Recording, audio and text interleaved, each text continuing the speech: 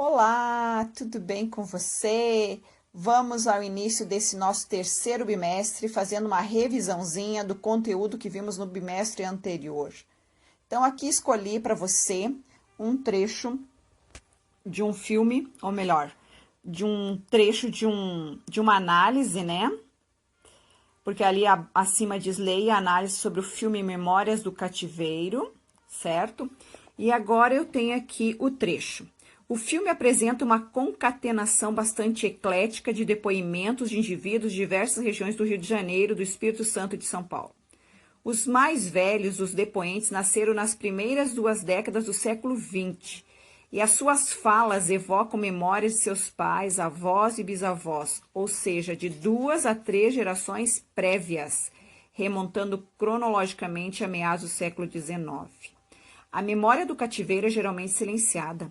Esse tempo vem marcado sobretudo pela memória do castigo, da violência exercida sobre o corpo escravizado.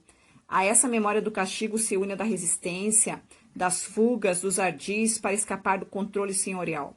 Os poderes sobrenaturais dos africanos, por exemplo, são evocados como expressão da vitória simbólica do oprimido sobre o opressor. E agora, analisando as memórias dos negros descendentes dos escravos, o filme acima resenhado explica que esses descendentes, eles evocavam prioritariamente as memórias. Vamos ver quais?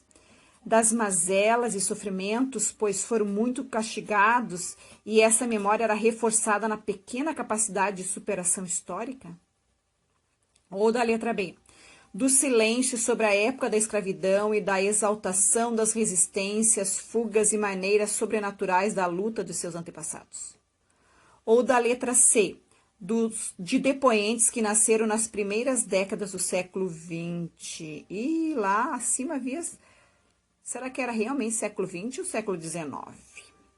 D, de 2 a 3 gerações antes do final da escravidão, essas pessoas entrevistadas tinham nascido libertas pela lei do ventre livre?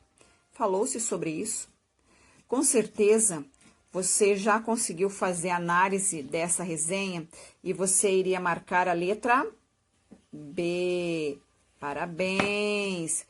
Percebeu como um trecho de resenha é muito pertinente para que possamos entender um pouco a história de determinados povos?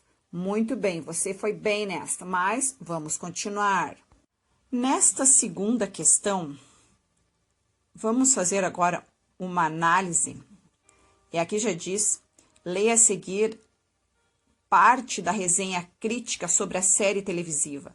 Na questão anterior, nós analisamos uma obra literária que era um livro, né? Agora é uma obra literária, mas a respeito de o quê? De uma série que você com certeza de repente já ouviu falar ou mesmo assistiu. Olhos que Condenam, dirigida por Ava DuVernay. No fim, ou melhor, um fim de tarde, em 19 de abril de 1979, um grupo de aproximadamente 40 jovens e adolescentes se reúne espontaneamente para dar uma volta no Central Park, em Nova York. Poderia ser apenas um grupo jovem se divertindo juntos, correndo, pulando, brincando pelo parque. Não fosse um detalhe, eram todos negros. Esse foi o ponto fundamental para a sequência de tragédias que decorreram naquela noite. Na mesma noite, Patricia Meili, uma moça branca, foi correr no parque, porém foi atacada, estuprada, sendo deixada inconsciente no mato.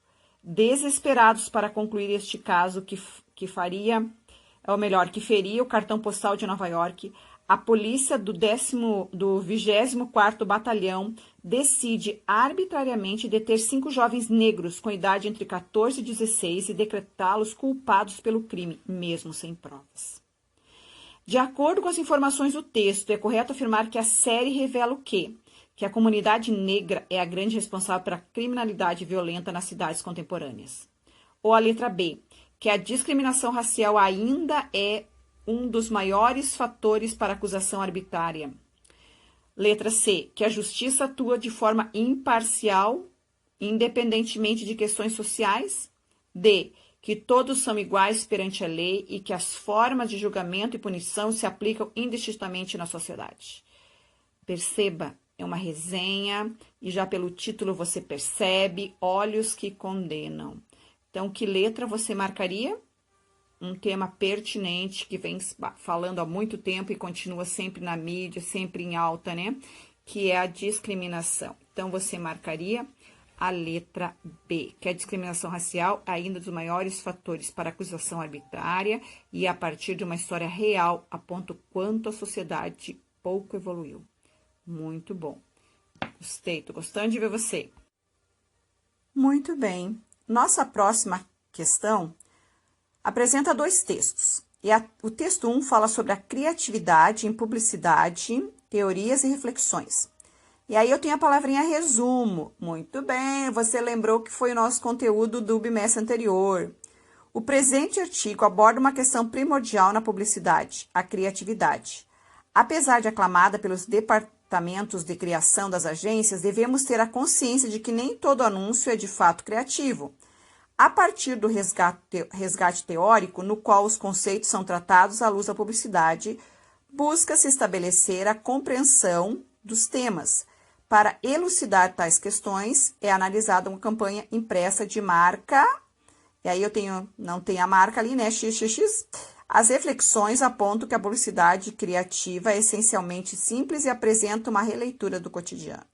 Muito bem, agora vamos ao texto 2. Ninguém entende melhor da criação do que elas. 3 de maio, Dia das Mães. Percebam 2 textos, né? O texto 2 é um texto injuntivo, instrucional, certo? Faz aqui uma alusão a uma data muito especial, que é a homenagem ao Dia das Mães. E aí eu tenho um enunciado. Os 2 textos apresentados versam sobre o tema criatividade. O texto 1 é um resumo de caráter científico. O texto 2, uma homenagem promovida por site de publicidade. De que maneira o texto 2, e perceba então, olha só, retoma o 2, exemplifica o conceito de criatividade em publicidade apresentado no texto 1? Ele faz uma menção ao difícil trabalho das mães ao criar seus filhos? Promove uma leitura simplista do papel materno em seu trabalho de criar os filhos? Letra C, explorando a polissemia do termo criação. Letra D, recorrendo a uma estrutura linguística simples? Ou letra E, utilizando recursos gráficos diversificados? Perceba que você tem a palavra criação bem destacada. E lá acima eu tenho no texto 1, fazendo uma referência ao quê? A criatividade, que também envolve criação. Então, que letra você acha que deveria marcar aqui como correta? Ah, você é dessa, você sabe qual é. Nós vamos marcar a letra C, certo? Porque perceba que nós trabalhamos os elementos coesivos, que é o que liga as ideias de forma coerente a fim de ser entendido pelo interlocutor. E aqui nós vemos, então, que um dos elementos coesivos é a polissemia. Poli, muitos, semi, sentido, muitos sentidos. Tranquila essa questão, né? Muito bem, vamos à análise agora da nossa última questão, que tem por título: após 70 anos, Simone de Beauvoir ainda mostra caminho da liberdade feminina. E aí eu tenho aqui uma adaptação, né, da Miriam Goldenberg, dizendo o seguinte: ninguém nasce mulher, torna-se mulher. A célebre frase que abre o segundo volume de O Segundo Sexo, de 1949, sintetiza as teses apresentadas por Simone de Beauvoir nas mais de 900 páginas de um estudo fascinante sobre a condição feminina. Beauvoir admite que as diferenças biológicas desempenham algum papel na construção da inferioridade feminina, mas defende que a importância social dada a essas diferenças é muito mais determinante para a opressão. Ser mulher não é nascer com determinado sexo, mas principalmente ser classificado de uma forma negativa pela sociedade. É ser educada desde o nascimento a ser frágil, passiva, dependente, apagada, delicada, discreta, submissa e invisível. Muito bom!